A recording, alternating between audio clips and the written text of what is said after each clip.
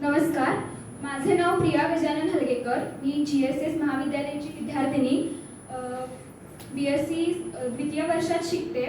तर मी तुमच्यासमोर चंगडी भाषेत थोडं माझं सद्य परिस्थितीत लग्न ठरविताना काय काय अडचणी येतात ह्याविषयी थोडंसं बोलणार आहे. ऐका तर. रामराम मंडळी. लैंदी हिकुल्या भाषेत बोलोस येळच मिळोस नाही, म्हणून आज मी या ठरवून येलो बघा तुमच्या वांगडं उल्ल बोलोच म्हणून. या आपातनं म्हटल्यावर काय करतेशी? माझी ननान दिली हाय बेळगावात. तिसच जरा बरं नव्हतं. म्हण काय करतेशी? मी या भाऊजाई म्हटल्या सगळं करूसच पाहिजे की माझ्या घरचा वावर करून तिच्या घरचा वावर करूचा लागे. म्हण माझ टाइमच मिळोस नाही. ते राही नाही सोडा. ननान शिक पडतलं कारण काय ठाऊक हाय?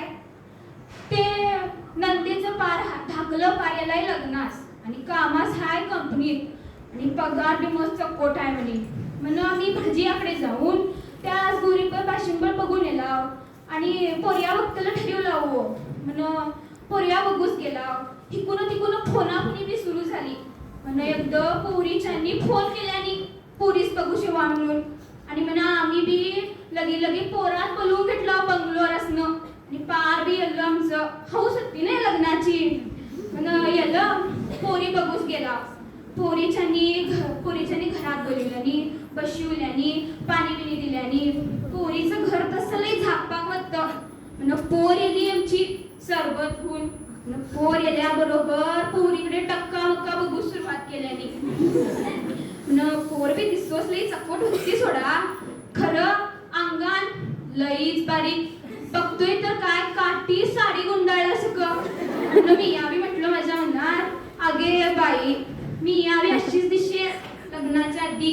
रात्र बघा आम्ही सगळं देवाणघेवाणीचं बोललो सगळं झालं आणि सगळे बोलणी ठरवून येलाव नंदेच्या घरास. म्हणून ननान म्हणली अण्णा म्हणजे तू लई चक्कोट आहे ना. बोलो जरा सादरीच वाटवली माझ. म्हणून मी या म्हटलो वय वय जरा पोरं चक्कोट वाटवलेस. खरं माझ काय त्यांच्या घरातली माणसं पटोसनात बाई लई बेरकी हात आहे.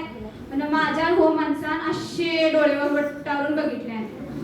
म्हण मी असं मान खाली घालून गप बसलो.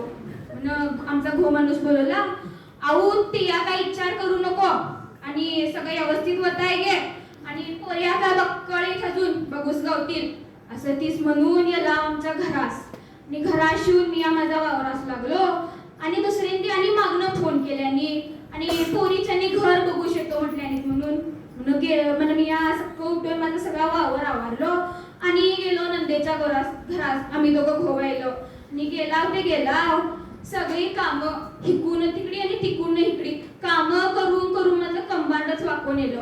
12 वाजेकडे पाहुणे येले. बुत्तूर बोलून त्यासनं पाणी दिलाव आणि याल्यात बसतल सोडून म्हणूल्यात आम्हासनं घरच दाखवा. माझ्या नंदीन बी लई दांडगं घर बांधली. गेलो दाखवूस घर.